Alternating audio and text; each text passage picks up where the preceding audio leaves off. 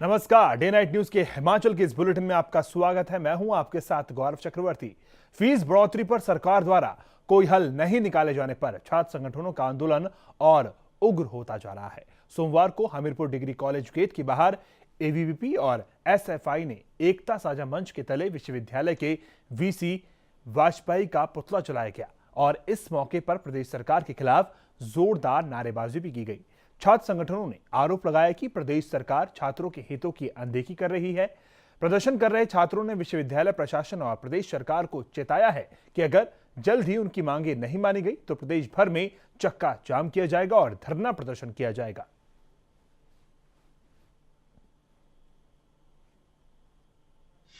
ये हमारी जो छात्र एक मंच की एक स्टेट कमेटी का गठन की गई है, उसके द्वारा हमें साइन किया गया था कि आज इंडियन वाजपेयी का पुतला जलाया जाएगा।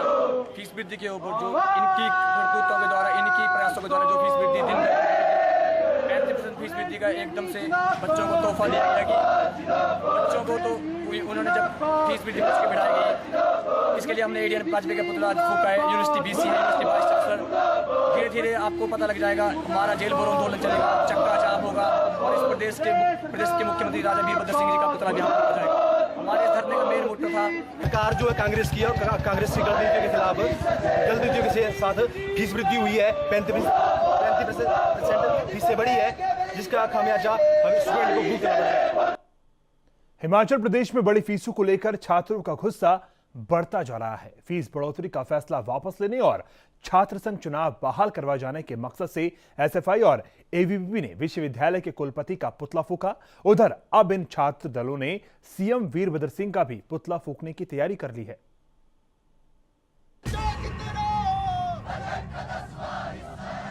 हिमाचल प्रदेश में फीस बढ़ोतरी को लेकर छात्रों का गुस्सा विश्वविद्यालय प्रशासन और राज्य सरकार पर बढ़ता ही जा रहा है। एबीवीपी और एसएफआई द्वारा फीस बढ़ोतरी के खिलाफ बनाए गए साझे मोर्चे ने शिमला के जिलाधीश कार्यालय के बाहर जोरदार विरोध प्रदर्शन किया और विश्वविद्यालय के कुलपति एडीएन वाजपेयी का पुतला तक फूंका। इस मौके पर गुस्साए छात्रों ने राज्य सरकार के खिलाफ जोरदार नारेबाजी की और विश्वविद्यालय के कुलपति को उनके पद से तत्काल बर्खास्त करने की मांग की।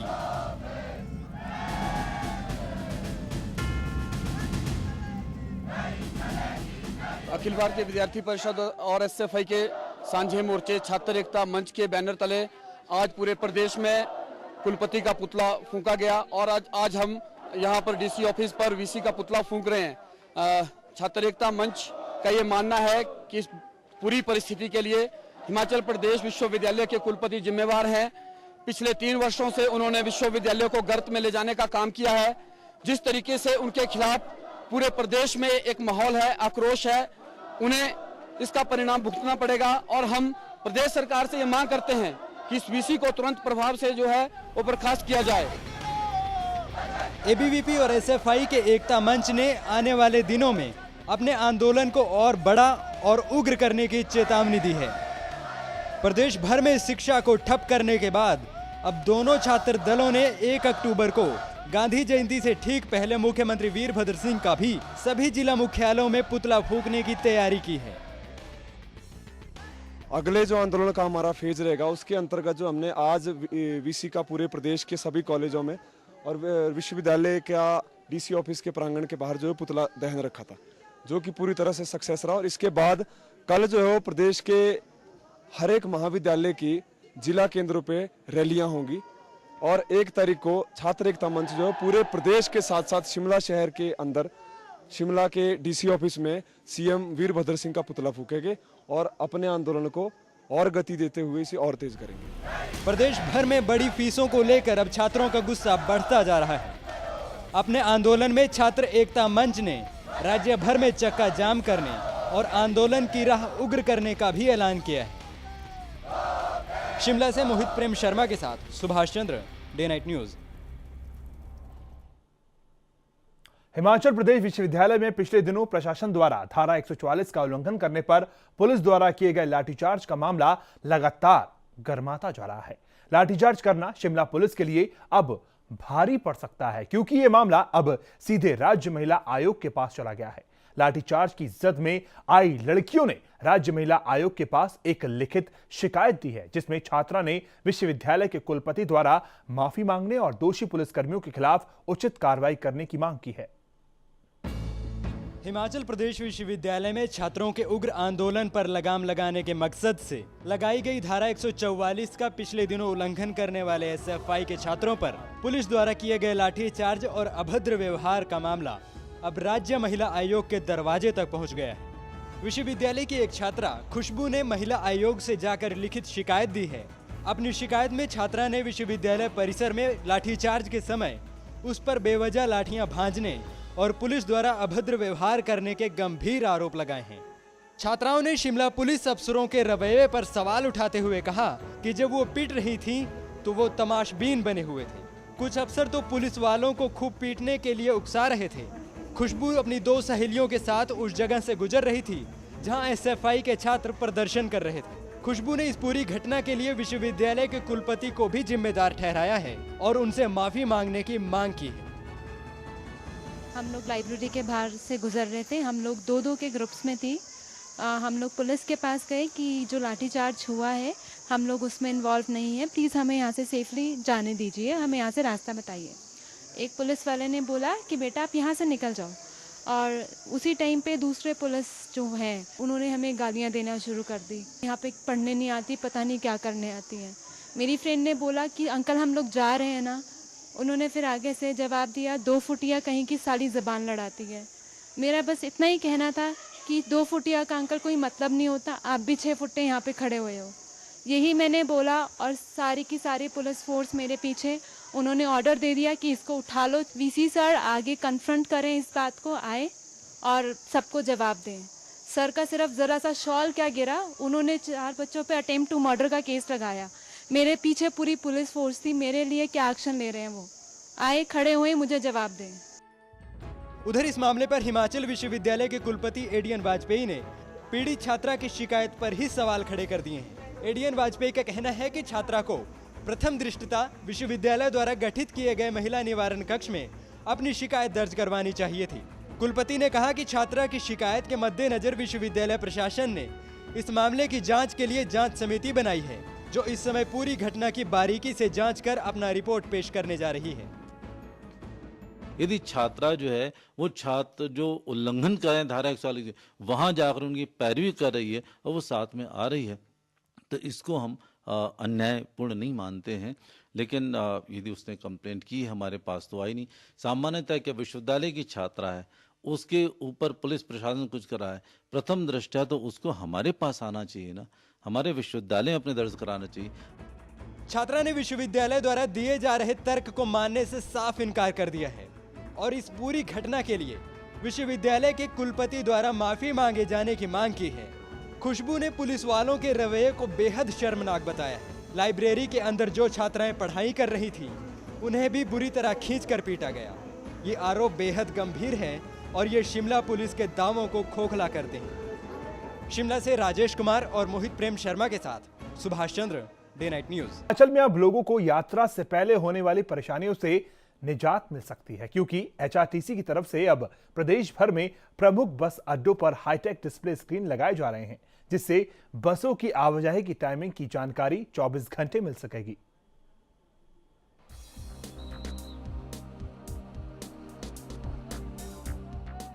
हिमाचल भर में प्रमुख बस अड्डों पर अब सवारियों को दर दर की ठोकरें खाने से निजात मिलने वाली है, क्योंकि परिवहन विभाग अब हाईटेक होने जा रहा है।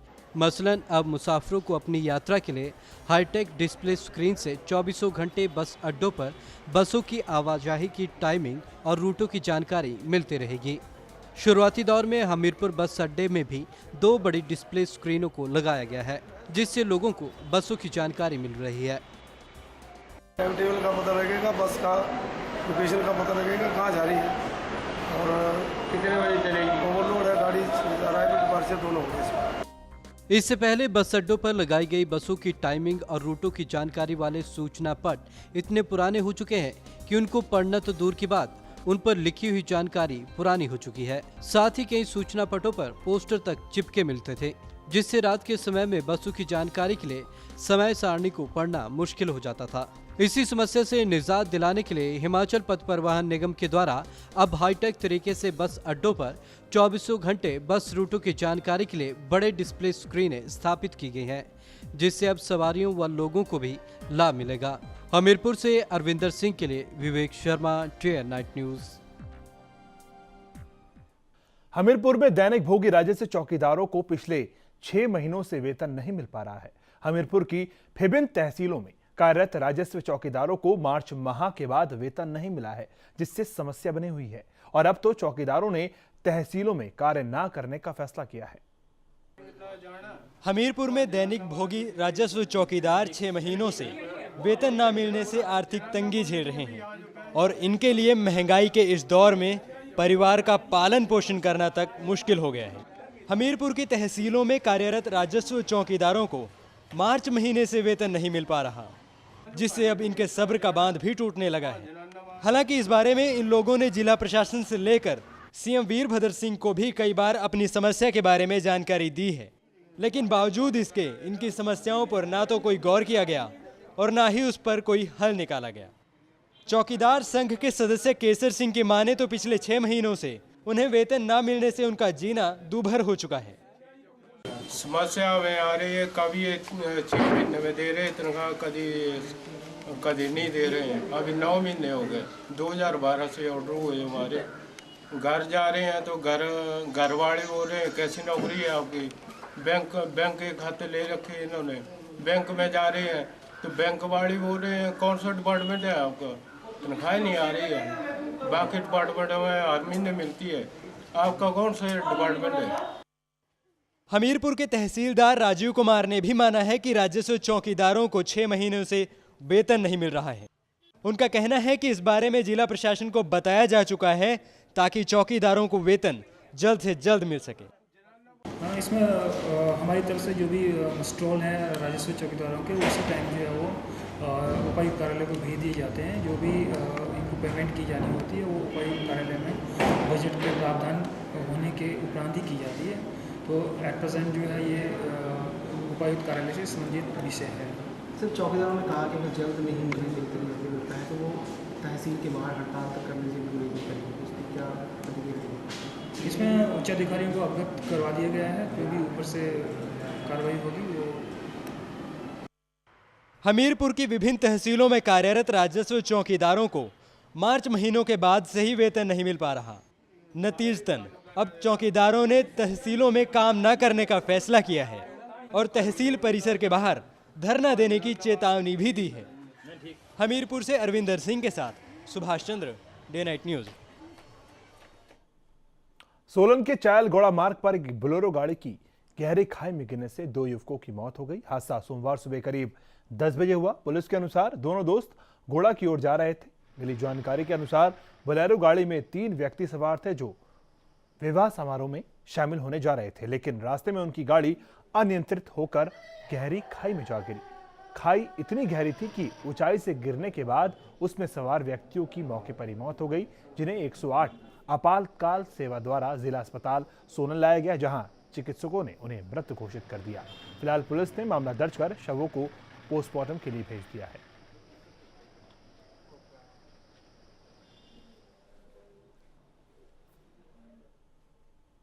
भारत सरकार द्वारा चलाई जा रही विभिन्न कल्याणकारी योजनाओं के प्रचार प्रसार के उद्देश्य से सूचना प्रसारण मंत्रालय के सूचना कार्यालय शिमला और प्रादेशिक कार्यालय चंडीगढ़ द्वारा 3 दिवसीय जन सूचना अभियान का शुभारंभ सांसद वीरेंद्र कश्यप द्वारा सोनल के धर्मपुर में किया गया।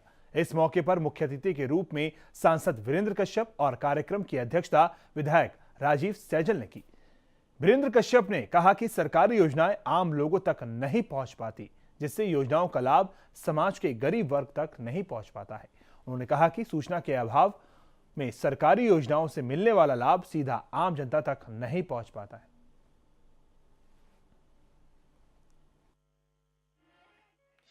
जिनको आपने आशीर्वाद दिया, हिंदुस्तान की जनता ने 30 वर्षों के बाद एक क्लियर मेजॉरिटी जो है वो किसी जो है पार्टी के लिए दी, भारतीय जनता पार्टी को। क्यों दी? वो दिन नरेंद्र मोदी जी को देखकर उनको विश्वास था, सारे देश के लोगों को, खास करके युवाओं को, हर वर्ग को विश्वास हुआ कि ये जो व्यक्ति है ये टेस्टेड व्यक्ति है, खरा है, खोटा नहीं है। 18,000 कुल वहां पर जो है मेरी जो आपका जो वहां स्क्वायर उसमें 18,000 लोगों के लिए कितने 60,000 का टिकट, और जो नरेंद्र मोदी जी के सामने बैठे वो 1.5 से 2 लाख रुपए का टिकट बिका। टिकट बिक रहे किसके लिए? आपके प्रधानमंत्री को देखने के लिए। शिमला की कन्या वरिष्ठ माध्यमिक पाठशाला पोर्टमोर में 22वें बाल विज्ञान सम्मेलन का आयोजन किया गया। शिक्षा विभाग द्वारा आयोजित इस सम्मेलन में शिमला के 22 स्कूलों के बच्चों ने हिस्सा लिया। इस दौरान स्कूली बच्चों ने बड़े ही बेहतर तरीके से अपने मॉडलों के जरिए ग्लोबल वार्मिंग और विभिन्न वैज्ञानिक और प्राकृतिक तरीकों को अपने जीवन में ढालने का संदेश दिया। शिमला के पोर्टमोर स्कूल में आयोजित किए गए बाल विज्ञान सम्मेलन में शहर के 22 सरकारी और निजी स्कूलों के बच्चों ने अंडरस्टैंडिंग वेदर एंड क्लाइमेट पर आयोजित बहस में बढ़ चढ़कर हिस्सा लिया। बाल विज्ञान सम्मेलन का हिमाचल प्रदेश पर्यटन विकास निगम के उपाध्यक्ष हरीश जनार्था ने शुभारंभ किया।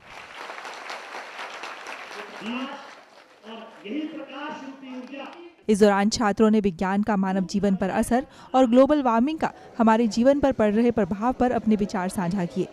वहीं सम्मेलन में स्कूली बच्चों ने विज्ञान के लगभग हर पहलू को बड़े ही बारीकी के साथ अपने द्वारा तैयार किए गए मॉडल्स के माध्यम से दर्शाया। छात्रों का कहना था कि वैज्ञानिक और प्राकृतिक तरीकों को अपने जीवन में अपनाकर पानी, बिजली जैसी बेहद महत्वपूर्ण जरूरतों को बर्बाद होने से बचाया जा सकता है। वहीं इस दौरान छात्रों ने ग्लोबल वार्मिंग पर रोकथाम करने के उपायों को भी अपने मॉडल्स में उतारा।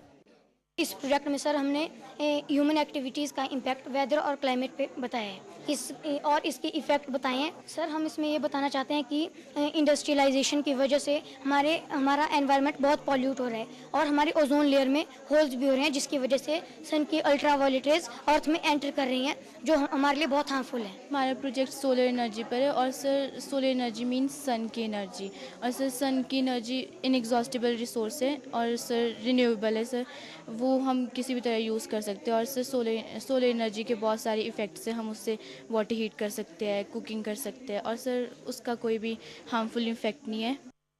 वहीं इस विज्ञान सम्मेलन का आगाज करने पहुंचे पर्यटन विकास निगम के उपाध्यक्ष हरीश जनार्था ने ऐसे आयोजन पर खुशी जाहिर करते हुए बच्चों को वैज्ञानिक तकनीक में ढालने की जरूरत बताया, ताकि आने वाले समय में यही बच्चे प्राकृतिक ऊर्जा से लेकर विज्ञान से जुड़ी तकनीकों का लाभ उठा सकें। जो आज वेदर और क्लाइमेट का इनका थीम है, आई थिंक वो बहुत एसेंशियल थीम है आज के टाइम में। और जिस तरीके से हमारे ग्लोबल वार्मिंग के और हमारे पृथ्वी जा रही है और हमारे पोल्यूशन बहुत हो रहा है, तो आई थिंक अभी से अगर बच्चों को एजुकेट किया जाए और आगे यही बच्चे इनको इम्प्लीमेंट करें अपनी लाइफ्स में भी, तो बहुत फ़र्क पड़ेगा। बाल विज्ञान सम्मेलन में विज्ञान से जुड़ी कई तरह की प्रतिस्पर्धाओं का भी आयोजन किया गया। जोनल स्तर की इन प्रतियोगिताओं को जूनियर और सीनियर श्रृंखलाओं में विभाजित किया गया है। वहीं इसमें विजय रहने वाले छात्रों को जिला स्तरीय और फिर राज्य स्तरीय विज्ञान प्रतियोगिता में अपने जौहर दिखाने का मौका मिलेगा। शिमला से मोहित प्रेम शर्मा के लिए Preeti Goyal, day and night news. तो हिमाचल के इस बुलेटिन में फिलहाल इतना ही, लेकिन डे एंड नाइट न्यूज में खबरों का सिलसिला जारी, आप देखते रहिए। नमस्कार। खबरों की दुनिया में आइए, हमारे साथ कहीं भी और कभी भी जुड़िए। हम मिलेंगे फेसबुक पर, हम दिखेंगे YouTube पर, हमें फॉलो कीजिए ट्विटर पर। खबरों के साथ बने रहिए रात दिन।